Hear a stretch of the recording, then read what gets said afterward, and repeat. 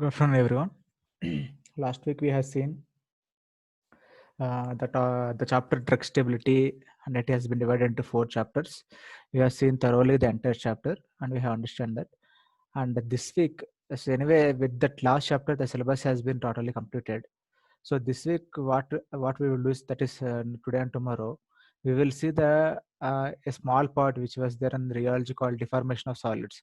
Already, I have told you people to write an assignment on this. Since we have sufficient time, I'm happy to discuss this topic again.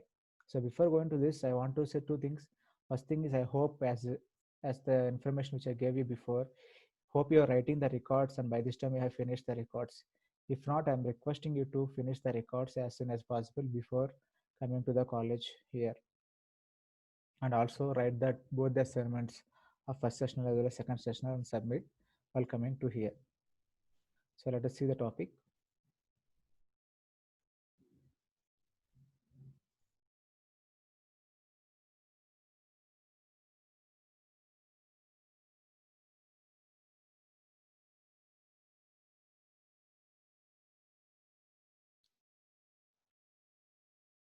Yes. So under rheology chapter, there is a one small subtopic called deformation of solids. So you could recall back the definition of rheology, which on the time we are seeing is basically nothing but the study or the science which deals with the study of flow. And I said on the time itself, the flow is not only related to the liquids, but also related to the solids. When it is the case of solids, we are not saying it is a flow, we are using a term called deformation. Hence, the definition is rheology is a science that concerns with the flow of liquids and deformation of solids.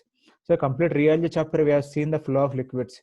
If you could recall back what is viscosity, what are the units of viscosity, what are the factors affecting the viscosity, such as intrinsic factors and extrinsic factors, types of rheological systems like Newtonian, non-Newtonian, again under non-Newtonian, time-dependent, independent, under time-independent, plastic, pseudoplastic, dilatant, time-dependent, thixotropy, negative thixotropy, all those things. Then also during the last week, we have seen the types of viscometers that has been used to identify the viscosity of various types of liquids, like simple liquids and complex liquids. So that is completely about the rheology chapter. So under the small support which was given is a deformation of solids. So which the rheology is completely talking about the flow of liquids, whereas this deformation of solids talks about how the solids will deform, will flow, is nothing but deformation of solids. So this topic has 3 sections. One is plastic and elastic deformations, stress, strain, and Young's modules, and Haeckel's plot for various types of orders. So we'll look into this one by one.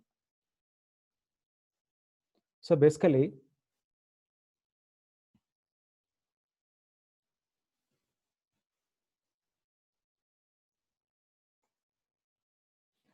if you could see,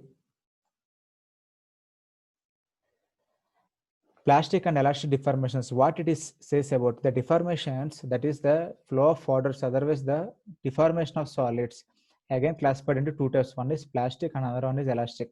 The name itself indicates the plastic is a rugged structure, it can be easily broken, whereas in the case of elastic like rubber, it may have regaining property to its original position. Let us look into this example.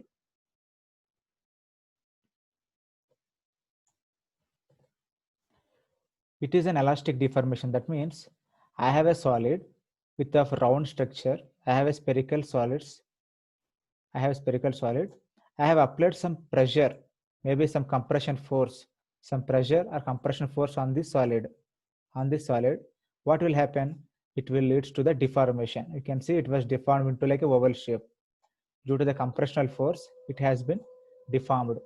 Now what happens is, when I remove this compressional force back, when I taken my force back, it will regain into its original position. You could say it is once again came back to the spherical position. That means here deformation is happened. That means deformation meaning is change in the shape, change in the position, change in the volume or whatever it is. So it has changed the shape. Before it is like a spherical, now it is like a oval. But once I have reclaimed back the pressure which I applied, it has been reformed into the back to its position. This kind of solids or this kind of formation is called as elastic solids or elastic deformation. Come to the next example is called as plastic deformation.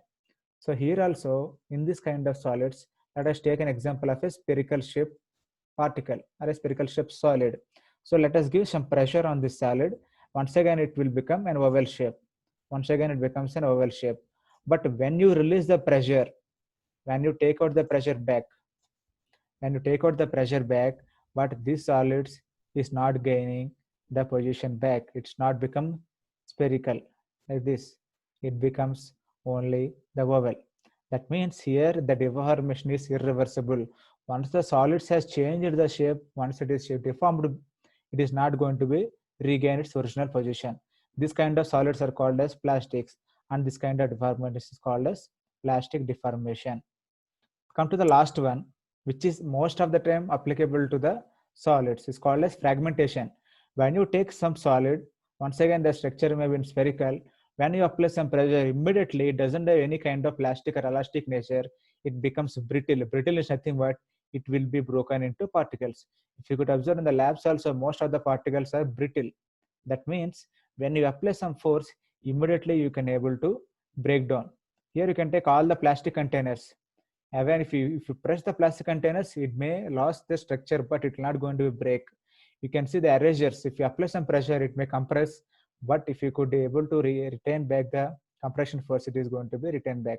So these are the three kind of deformations as per the position which is going to regain back by the solids. One is elastic, that means they are going to regain back to the original position. Another one is plastic, they are not going to be returned to the original position. In this case of fragmentation, there is no question of original position, they are going to break into particles. So let us see a detailed comparison about this. So before understanding the detailed comparison, let us understand.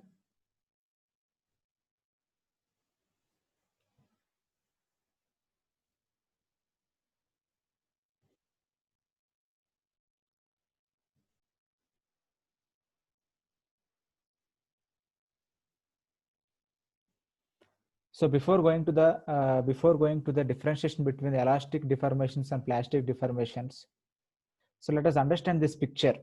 Here in the hand, a person is holding a rubber band, which we are using for a daily purposes, and here it's like a pin, which is basically a plastic or a steel pin, which is holding in his hand. So what is the differences between elastic formations or plastic deformations will be best remembered by these images. If you could remember these images, we can easily differentiate them. Let us see the differences, what it is. So in case of elastic deformations, these are caused when a material is compressed or bent or stretched. So whatever it is you are doing, you are bending or compressing or whatever you are doing to this rubber band, it is going to be changed structure. It is going to be changed shape. That is called as deformation. The original solid is going to be deformed into another form. Similar here also, this can be caused when the material is permanently deformed. That means once you press the compression force, you can see here the pin is totally bent. When you release the compression force, it will not come back to its original position. That is called as permanent deformation. So this will be caused when you compress, bend or stretch. This kind of deformation will happen. In the case of plastic deformations, it will be causing permanently deformation of solids. That means you're not going to regain back to its original position. And elastic deformations of a solid are entirely recoverable. Entirely recoverable. So when you stretch and when you release the pressure, it will come back to its original position. That is, when the stress is removed, it will come back to the original position. Whereas in the case of plastic deformation, a solid is permanent. It is not regaining its original position. It will be there the position when it is compressed. That is the difference. Then no part of the object under stress has undergone permanent deformation. So whatever it is, whichever the position, whichever the place the rubber you are deforming, everything is going to be come back. That is called, the meaning is no part of the solid is undergo stress, which is undergoing stress, will not undergo a permanent deformation. Here, one or more parts of the subject under stress have undergone permanent deformation. That means, if you see here, in the entire pin, only the pressure has been applied here in this area. That's why you can see only this much part is bended, but remaining the rest of the part remains same. The rest of the part remains same. Only this part has been deformed. That's the meaning is one or more parts of the object under stress undergo permanent deformation. But here, wherever you apply the pressure, whatever you do it, no part is going to undergo a permanent deformation. That is the difference. Elastic deformations are always reversible. We know it will come back to the original positions. Plastic deformations are irreversible. They will not come back to its original position.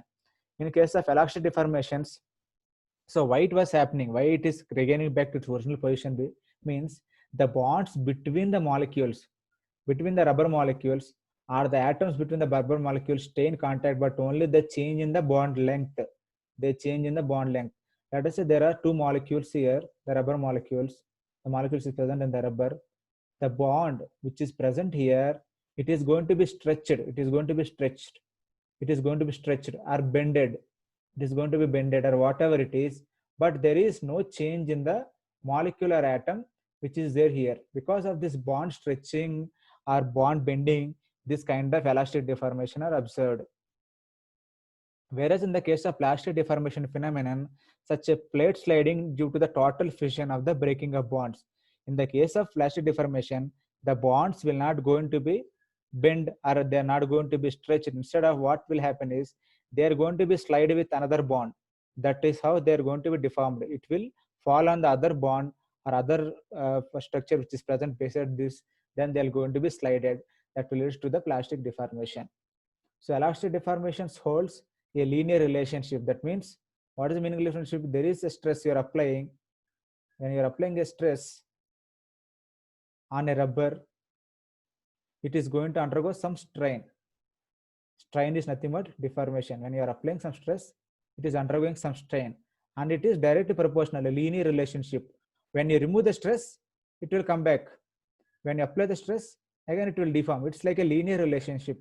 Whereas here in the case of plastic deformations, that curve is not linear. Once you apply the stress, they are going to be completely deformed and it will not regain back to its original positions. So that is called as holds a linear relationship, whereas it is like a curved relationship between the stress and strain.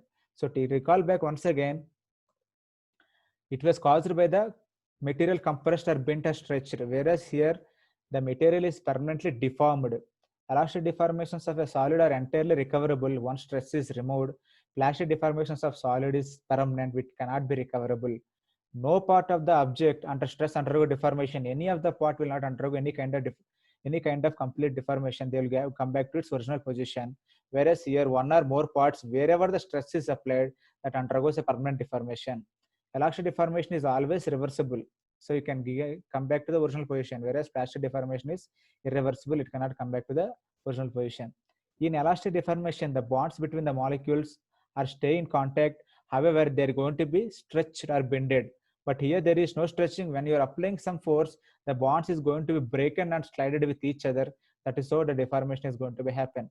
Elastic deformation holds a linear relationship with stress, whereas plastic deformation holds a curved relationship with the stress and strain. So this is a complete differentiation between these two. Now come to the next one, the stress, strain, and Young's module. So before going to the understanding of the stress, the term, the definitions of a stress, the definitions of a strain, and the Young's module, which all three talk about the deformation of solids, you please look into this thing which we already discussed during the rheology chapter, the two terminologies. So what is a stress is how much pressure you're applying on a solid per unit area. How much pressure you're applying on a solid per unit area is called as stress. This is called as stress. Now, how much it is deforming. So let us say before up to here it is there. Now you apply some pressure, it is deforming. That means changing its position or length to some distance, some x distance. Now how much it was deformed is called strain. Please understand, stress is nothing but the pressure which you are applying. The strain is nothing but how much it is deforming. That is called the stress and strain. So to better understand the stress, strain, and Young's module, let us look into this video once.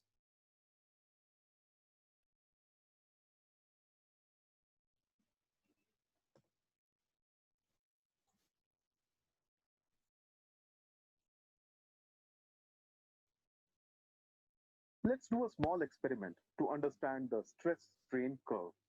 You see this thin steel wire? Let's see how its deformation happens. On the right, you can see the stress versus strain curve of the steel wire. Now, when the steel wire is under continuous tensile stress, as expected, it elongates. Now, look at the graph. The elongation is linearly proportional to the applied stress. So, this region in the graph is what it is. If the stress, that is the load, is released, what will happen? See there, the steel wire gets back to its original length. Now, within the stress limit, the steel wire follows Hooke's law. What it means is the deformation is elastic. Now, let's increase the load further. And what do we see? After a certain point, look at the graph. The wire is not following Hooke's law. That is, stress is no longer proportional to the strain. But if you release the stress, the wire still goes back to its original length. The limit of this behavior in stress strain curve, that is this point, is known as the yield point. Now, if we increase the stress further, the strain will also increase, no doubt, but it will not follow Hooke's law. What it means is, even if there is a very small increase in stress, the deformation will be much more, and the wire will not return to its original length, even after we release the stress. So in this range, we can say that the deformation is plastic. And what happens? You increase the stress further, as expected, the wire will ultimately break. And that is the breaking point. Hope you have understand, the better way what they explained here. Just, just see, this is nothing but an example. If you take a rubber band, which, you're using for packing some sweet boxes or whatever. Initially, when you stretch the rubber, until certain point, it will come back. It doesn't mean that you can stretch up to Ooty to Coimbatore. It is not the case. There is some limit for the stretching. Up to the stretch, what they say is it will regain back to its original position. Right? This is as per the Hooke's law, which says that the system in study is a elastic system. Again, if you further stretch it, it will once again recon come back, but not the extent how it is coming back into this position. So this is called the yield point, the point at which it will lost the elastic nature, And if you further stretch it, it will never come back to the original position. It will be like this here. I'll tell you an example. See, for the long back, if you are preserving let us say you are packing a bundle of papers with rubber band. Otherwise, you can the sweet boxes. If you keep for 1 or 2 days, when you take the rubber out, you cannot see the rubber is coming to its original position as such. You can see it is completely elongated, right? It is not coming back to its original position. So that is called yield point. At the point at which further, if you're stressing the material, it will not come back to the original position. That is called yield point. And beyond this is, let us say a rubber band which is suitable for one small sweet box, but you're putting 10 boxes and you're trying to extend it in such a way that it is going to be break on particular point. That is called as breaking point. So a simple rubber band you can able to imagine, you can understand the better this graph. So initially there is a area which behaves like elastic region. After that, also there is an elastic, not as that of the previous area, but at certain point of time, the material behave like completely like plastic. This no longer will be an elastic system. After the system, still if you further elongate, it will going to be breaks. It looks like three things which you discussed before. This is an elastic deformation, this is a plastic deformation, and this is a fragmentation. So that is the ultimate thing is this graph. So that graph also has been given in the material which I provided to you. The same thing was there. This is a strain. This is called as elastic region because the material is coming back. It is a point which the material will no longer behave like elastic system, but it will still is going to be elongated like a plastic system, but it will not come back to this original position because plastic positions will deform, but it will not come back to the original point. That is the thing. But after certain point, if you still drag it, it is going to be breakdown. That is called as fragmentation. Okay. So based upon this, we will see what is the definition which says. So the stress is nothing but it is defined as a force. How much force you are applying per unit area is called as stress. Stress is nothing but force per unit area. Similarly, strain is defined as the extension per unit area. So how much it is extended when you give some pressure, how much it has been extended is called as strain. So extension divided by original length. Initially how much length, now how much it is extended is called as strain. Now what is Young's module says? Nothing but the stress by strain, the whatever the value you are getting in the stress and whatever the value you are getting in the strain, that is called as Young's module. If you could recall back, viscosity definition also we have seen the same thing. The stress you are applying, how much distance it is going is called as viscosity F by G. If you could recall back, it is that is applicable for the liquids. For the solids, it's like stress by strain gives the Young's module. The Young's module will define what is the different kinds of material that has been present. So tomorrow's class, we'll just see the Haeckel's equation.